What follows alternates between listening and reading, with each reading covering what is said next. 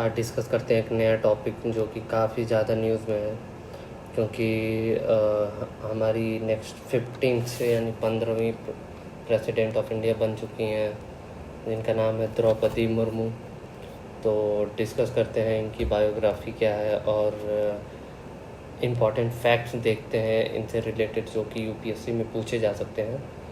तो let's continue, आगे देखते हैं इनकी अर्ली लाइफ के बारे में। अगर थोड़ा हम जानें तो ये बॉर्न हुई थी एक संथाली ट्राइबल फैमिली में 20 जून 1958 को मयूरभंज डिस्ट्रिक्ट उड़ीसा में जो है।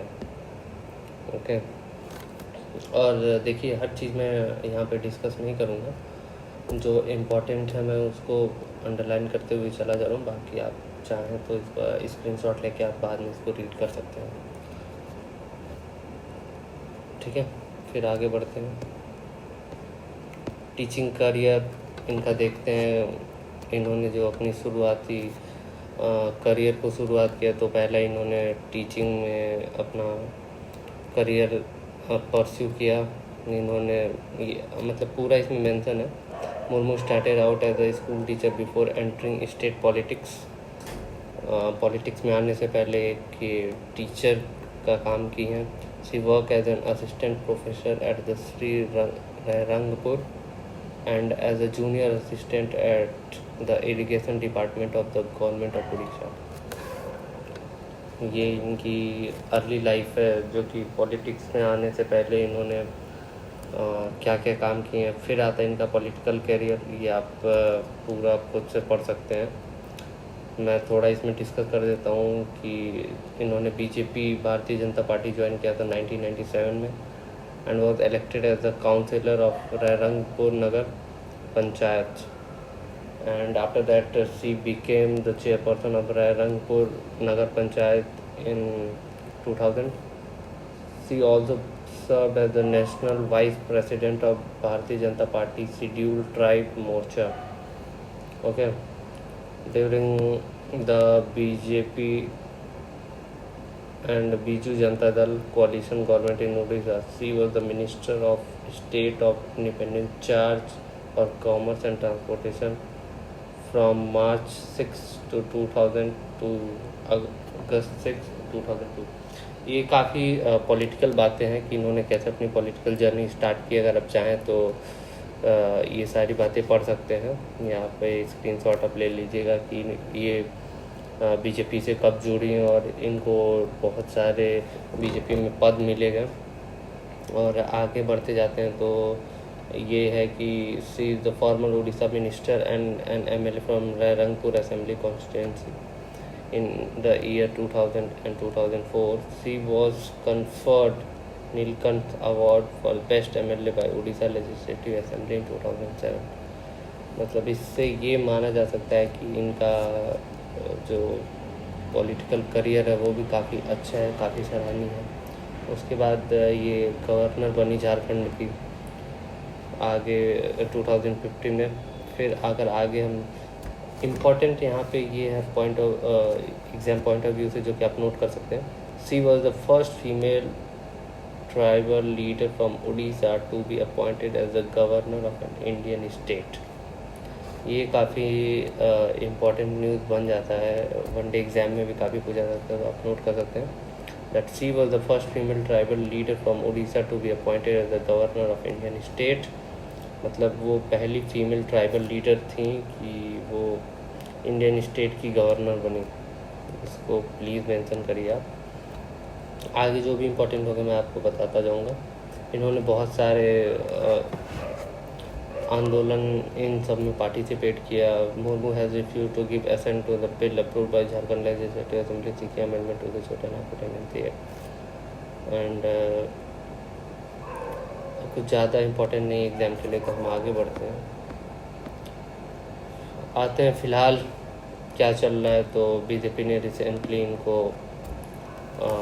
प्रेसिडेंशियल कैंडिडेट के लिए आगे रखा था और आज रिज़ल्ट आया है और ये देश की भी 15वीं राष्ट्रपति घोषित की गई हैं। In June 2022, the BJP nominated Murmu as the National Democratic Alliance candidate for President of India for the 2022 election. Age Murmu is the second person belonging to the scheduled tribe to be nominated as a candidate for the post of President of India.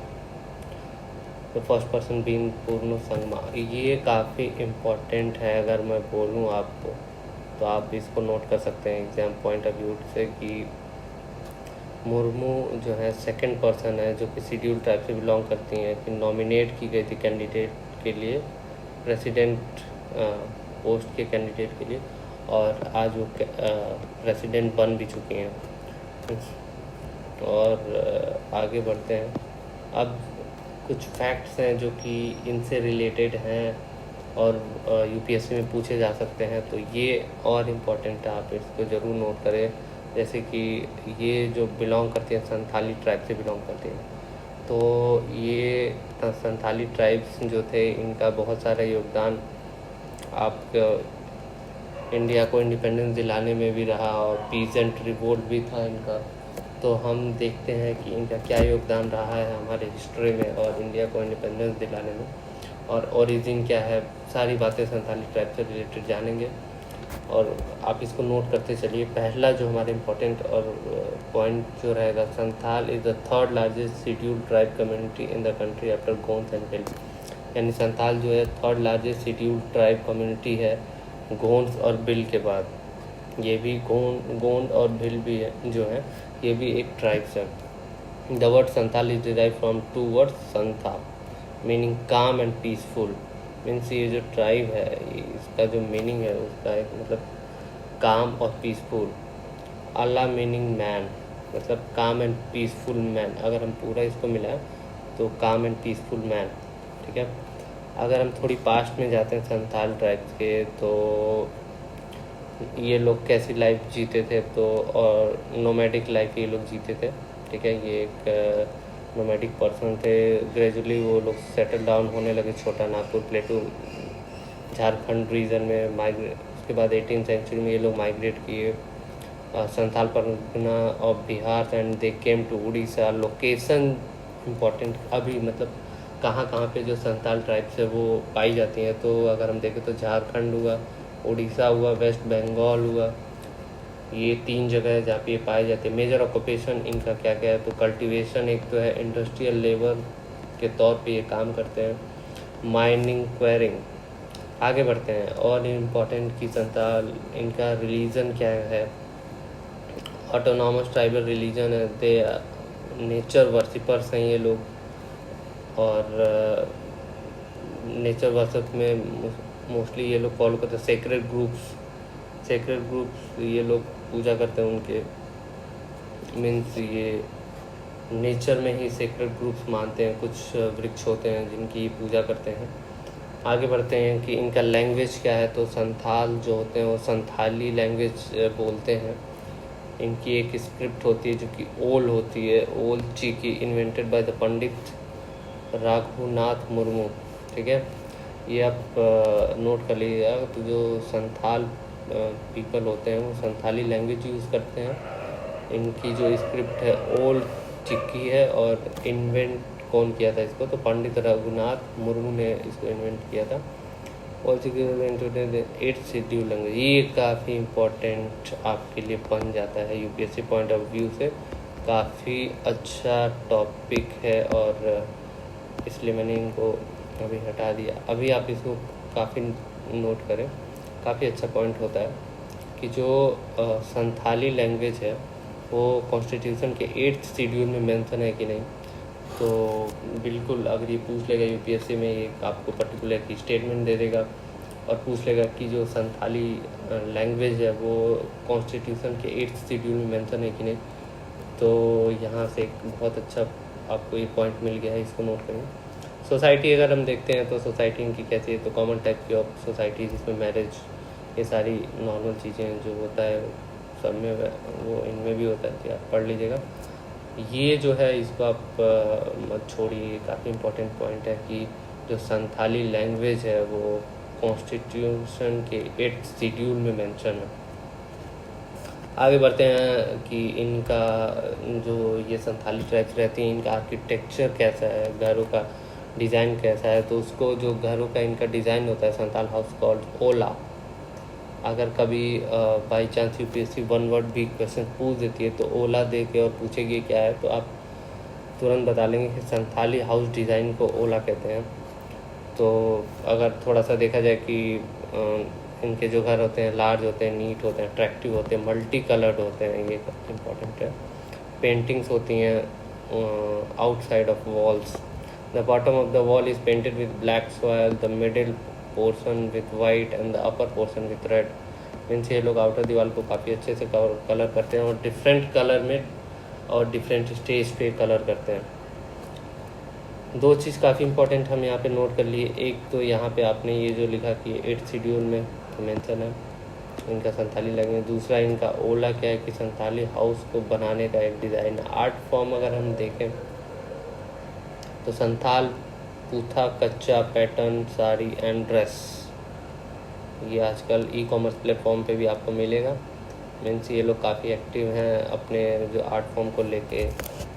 आगे बढ़ते हैं, इनके major festivals and rituals क्या हैं, ये भी UPSC पूछ सकती है, तो आप ये पढ़ लीजिएगा। ये सारे मैंने यहाँ मेंशन कर दिए हैं। रॉक्सिम, सोइंग सीड्स, हरिहम सिम, गुड़ली, जनताल, सहाराई, मागासिम, बाहा, ये मोस्टली ये सारे ट्राइबल जो फेस्टिवल हैं संथाली ट्राइब के, ये मेंशन कर देगी यूपीएससी और पूछ सकती है कि इसमें से कौन सा फेस्टिवल इनका नहीं है या है, या फिर ये सारे इनके फेस्टिवल मेंशन कर देगी और ट्राइब्स के नाम दे देगी, पूछ देगी इसमें से किस टाइप के फेस्टिवल है। तो इन सारे फेस्टिवलों के नाम आप एक बार पढ़ लीजिए और नोट कर लीजिएगा। काफ़ी इम्पॉर्टेंट पॉइंट्स को हम देखते हुए जा रहे हैं। बाकी तो आप स्क्रीनशॉट लेके अगर आपको इंटरेस्ट है तो पढ़ सकते हैं। कुछ इम्पॉर्टेंट और पॉइंट जो हैं संथाल ट्राइब के बारे में और जो हिस्ट्री से रिलेटेड हैं कि मॉडर्न हिस्ट्री में पूछा जा सकता है, तो उसको अगर हम डिस्कस करें तो संथाल ट्राइब्स बेसिकली रिवोल्ट किए थे ये लोग, जो कि हुआ था 1855 से 1856 में। ये भी काफ़ी इम्पोर्टेंट क्वेश्चन एक बन जाता है। जो संथाल ट्राइब का रिवोल्ट हुआ था 1855 से 1856 में हुआ था। और दूसरा important point, this was the first peasant revolt that occurred in India. UPSC एक पॉइंट बना देती है कि ये पहला या सेकंड या लास्ट पीजेंट मूवमेंट था या पहला पीजेंट मूवमेंट था। तो आप काफ़ी अच्छे से इसको नोट कर लीजिएगा कि Santhal rebellion was the first peasant revolt in India. Santhal revolt जो था वो पहला पीजेंट रिवोल्ट इंडिया में था, जो कि हुआ था 1855 टू 1856। आगे बढ़ते हैं तो the revolt can be attributed to the introduction of the permanent land settlement of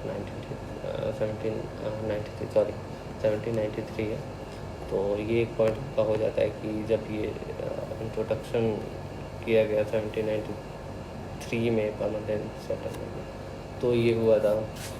इसमें किसके खिलाफ इन्होंने रिवोल्ट किया था, ये भी यूपीएससी पूछ सकती है। तो दो जमींदार थे, मनी लैंडर्स थे, European and British government officer raise the land tax and exploited form. जो हमारा संथाल रिवोल्ट था जो कि 1855 से 56 में हुआ, पहला पीजेंट रिवोल्ट हम मानते हैं। तो ये किन कारणों की वजह से हुआ, क्या क्या रीजंस थे जिसकी वजह से वो पीजेंट रिवोल्ट हुआ, तो यहाँ पे वो रीजंस मेंशन है। बार बार मैं कह रहा हूँ कि यूपीएससी ये सारी चीज़ें पूछ लेती हैं, तो आप प्लीज़ इसको नोट करके रखें। सबसे इम्पोर्टेंट जो हम कहते हैं कि ज़मींदार थे, और ज़मींदार थे आपके, मनी लैंडर थे, Europeans and the British government जो उस टाइम की थी, इन्होंने ऑफिशियली रेज कर दिया था land tax and exploited foreigners.